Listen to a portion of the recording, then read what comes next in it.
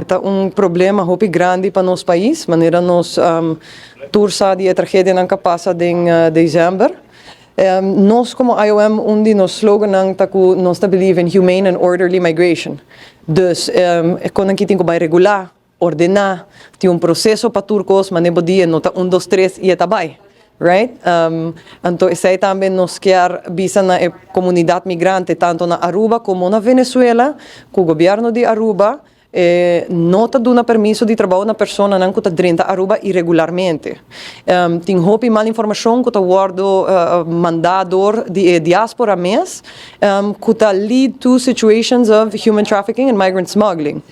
Nós está bezig agora aqui com a IOM Venezuela para nós fazer uma campanha de informação over die aqui para pôr bambisa calma e entrada irregular de nos isla, não? De nossa operação humanitária que nós temos localmente, em qual nós trabalhamos em âmbito de saúde, educação, integração, proteção.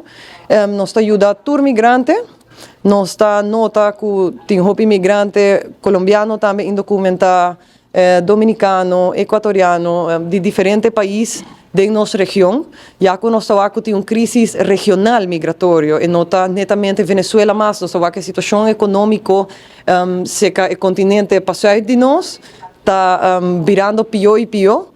Então, essa aqui está lead também, que a gente toma very perilous routes para por chegar merca. E aqui que passa nós temos que tem shift hopi remarcável de porcentagem de população que está por de cruzar by merca. Promena a gente não está por cruzar dariendo, chega merca via Panamá, está primordialmente venezuelano. Hoje em dia nós temos gente de intercontinente, inclusive pessoas de Ucrânia, pessoas de Afeganistão, pessoas que estão huyendo de outra situação hopi complicada, também está por bando de fazer cruze aqui by merca. Dus desde nosso ponto de vista, agora que nós fazemos para Venezuela, mas nós estamos encantados por breed uit estudie aqui e realmente fazer in-depth analysis de como a migration governance na Aruba por contribuir na nosso sustainable development no futuro.